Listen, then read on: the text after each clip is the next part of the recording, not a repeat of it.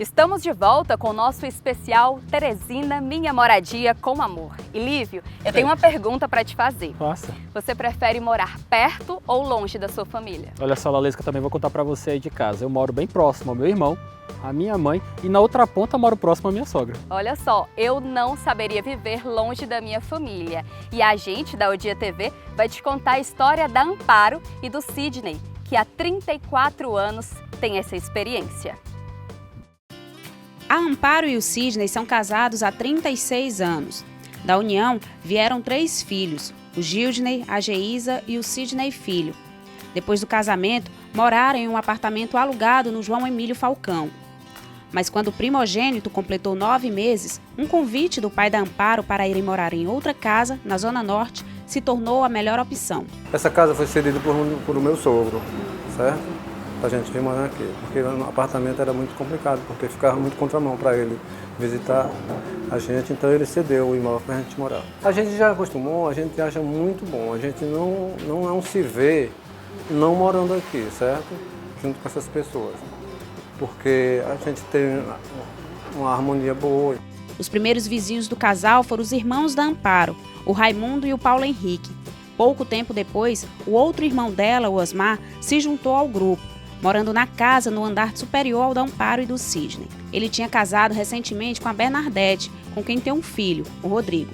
Foi ali, naquele trecho da Rua Ceará, que a família foi se juntando e crescendo. Pertinho dos irmãos, cunhadas, filhos e sobrinhos, Amparo admite que se sente muito feliz e realizada. Reconhece também alguns desentendimentos, mas nada que abale a solidez da relação familiar. Quase todo dia estão aqui os 5 netos, meus 3 filhos, cada um dos meus filhos tem a chave, eles entram, ficam à vontade na minha casa. Então isso é uma bênção de Deus para mim e para minha família. Tem momentos que eles discutem os netos, é uma coisinha assim passageira, os pais vêm, se separam, eu mesmo resolvo e a gente vive, graças a Deus está dando certo. O casal é também suporte dos familiares. Não apenas dos 3 filhos que aproveitam a disponibilidade e o carinho da vovó para ficar com os netos em momentos de aperto, mas também dos irmãos e cunhadas. Ali, onde todas as famílias se tornam uma só, há também aquela parceria do dia a dia. Um tomate emprestado ali, outra cebola aqui, uns limões trazidos do interior e que são divididos, dispensando a ida ao mercadinho no meio da produção da comida. Eu me sinto até segura quando eu preciso, porque tem as pessoas perto, de confiança, amigo. Eu gosto muito. Já teve uma época que eles viajaram, esqueceram uma panela no fogo. Foi. Aí não chegou a queimar, porque quando eu vi, e tinha um vizinho aqui em frente, eu chamei ele, né? Que em casa não tinha homem, estava só.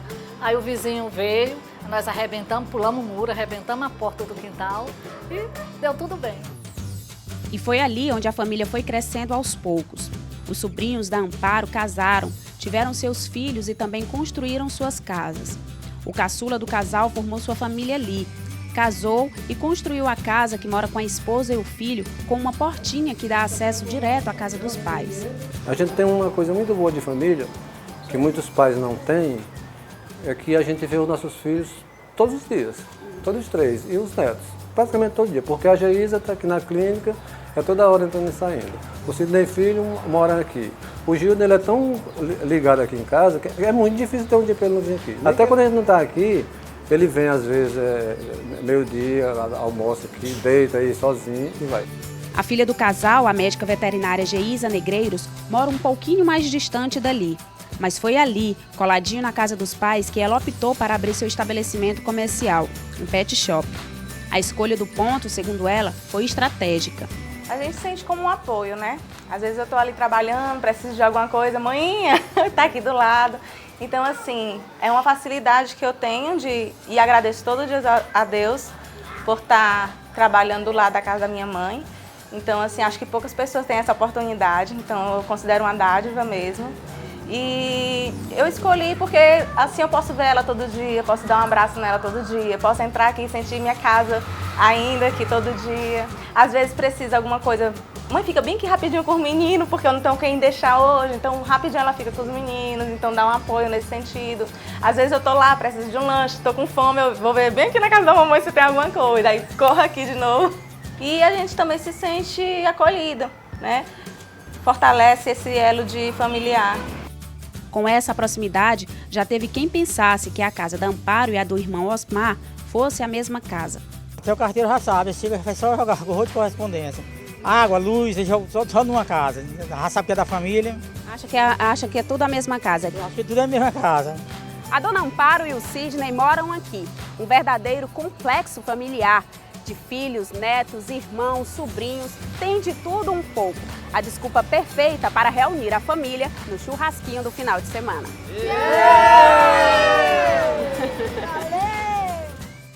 Nós recebemos agora a cientista social Marília Gabriela. É com ela que nós conversamos a partir de agora. Olá Marília, seja muito bem-vinda, tudo bem? Olá, boa tarde, muito obrigada pelo convite. Que honra falar da nossa cidade, né? Vamos falar um pouquinho sobre essa questão dos nossos costumes, dos nossos teresinenses, dos nossos habitantes. Muita coisa mudou nos últimos tempos para cá? Olha, alguns hábitos mudaram, né? Essa proximidade que nós temos hoje com as redes sociais, o fato globalização, não tem como a gente deixar de falar, nos deixaram muito próximos, né, de movimentos, tanto políticos como movimentos artísticos. E isso faz com que nossa cidade, que por muitos ditos provinciana, tenha essa carinha mudada, né? Mudou um pouco, o perfil do teresinense mudou. São pessoas hoje mais atenadas, ainda vinculados também com essa questão da violência que tem se aproximado da nossa cidade, né? Antes uma cidade pacata e hoje uma cidade que já está ganhando hábitos de metrópole.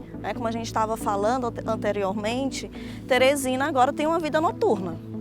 Coisa que não tinha há 10 anos atrás e hoje nós já conseguimos perceber festas, eventos de segunda a domingo na nossa cidade. Então isso é uma característica de grandes cidades, grandes metrópoles. E nossa cidade ainda não chegou a ser uma metrópole, né? Nós temos aí um número de habitantes que não chega a 1 milhão, então nós temos uma perspectiva de que essa cidade interiorana tenha características ainda simplórias, né?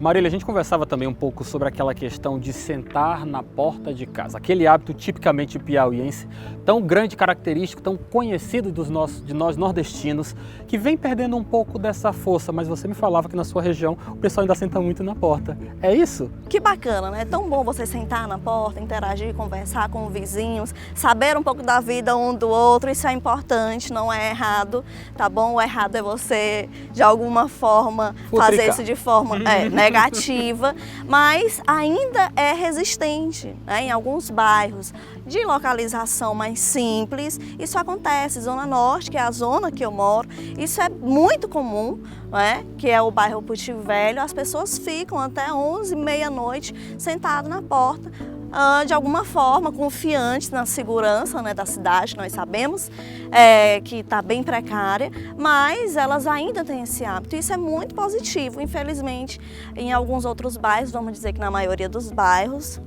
isso já se perdeu. Mas eu tenho essa sorte do meu bairro ainda estar com esse tipo de hábito, ainda ter esse tipo de hábito. Marília, me lembrando, ouvindo você falar, me lembrei aqui de uma informação divulgada pelo IBGE, Instituto Brasileiro de Geografia e Estatística, que mostra que Teresina, em uma das cidades, é a cidade brasileira mais católica, né?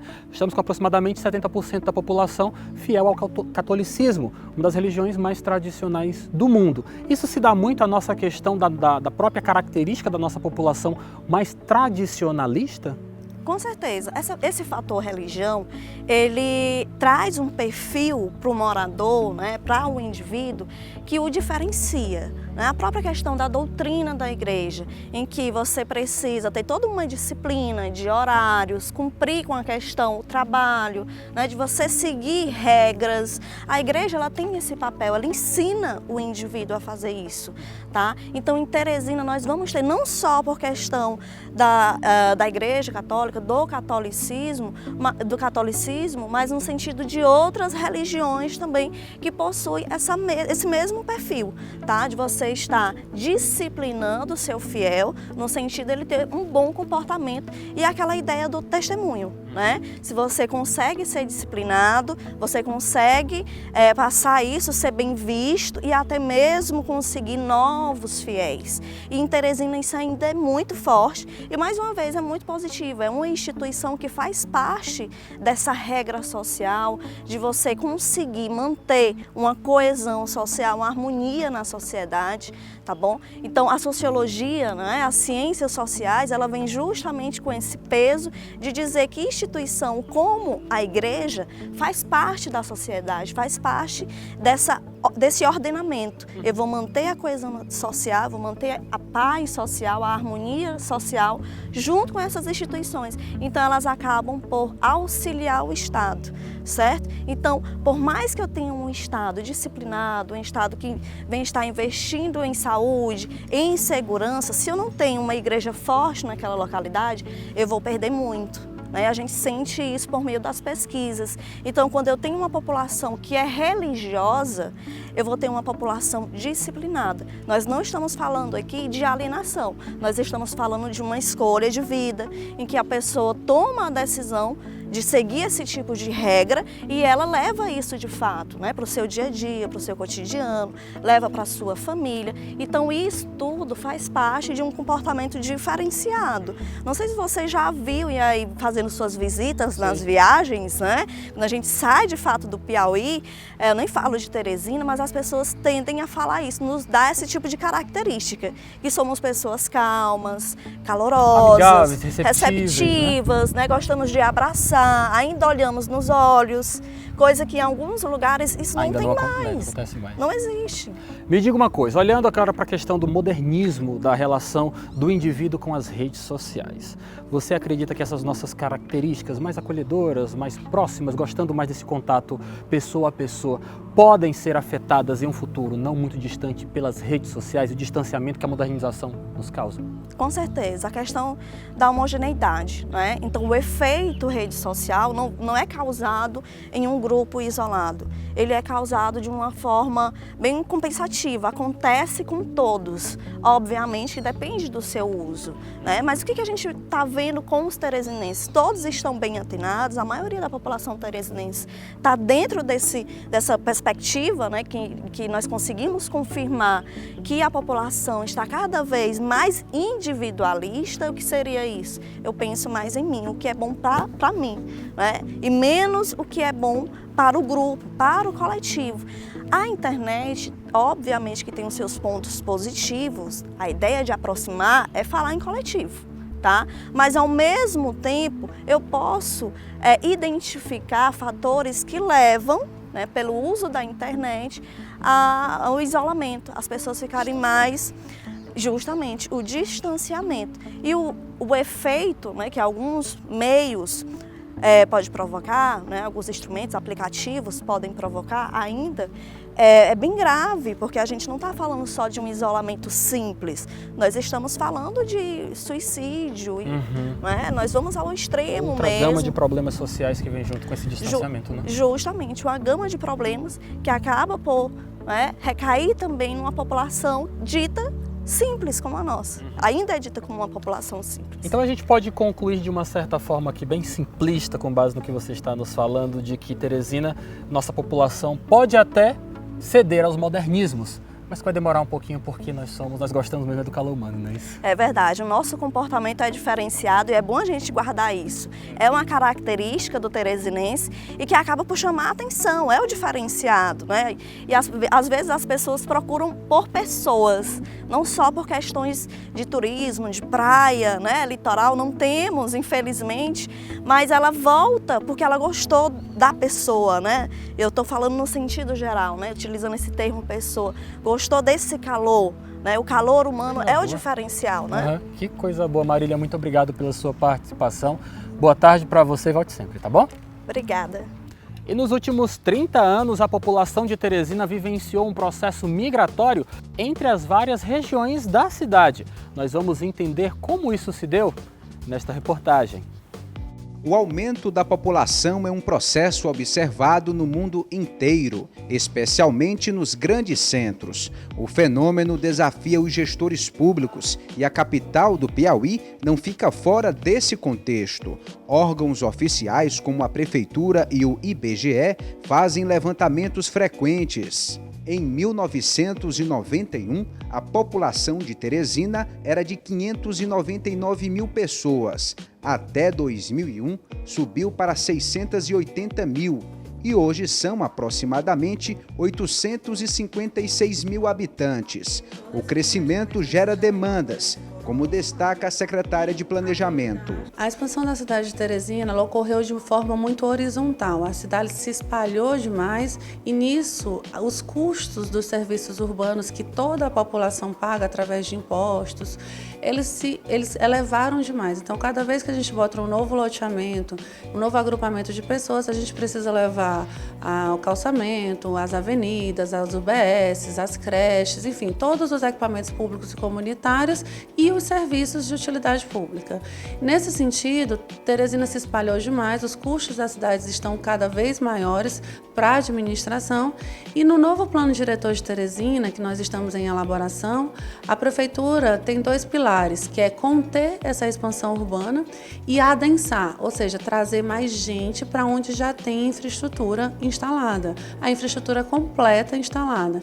Em cada zona, seus atrativos, que promovem cenários diferentes em cada época. De acordo com o estudo da Prefeitura Municipal de Teresina, no ano de 1991, 33% dos moradores da cidade estavam na região Centro-Norte, 31% na Zona Sul e 14% na Zona Leste. Até o ano de 2010, com a mobilidade, todos estes percentuais reduziram. Só a Zona Sudeste manteve o patamar de 16% da população de Teresina. As empresas do ramo imobiliário perceberam que os padrões de imóveis procurados dependem do momento econômico. Nos últimos 7 anos, nós tivemos um crescimento muito alto nos produtos Minha Casa Minha Vida em todas as regiões da cidade. Os produtos de classe A também não deixaram de se vender. Porém, os produtos de médio padrão, que são imóveis entre 250 e 800 mil, esses imóveis realmente deixaram de se vender. Agora, com esse novo momento da economia, são os imóveis mais procurados e se encaixa com um perfil novo do teresinense. Qual é esse perfil? Teresina é uma cidade conhecida pela sua educação e pela sua oferta de boas faculdades e nós estamos recebendo muitos formandos.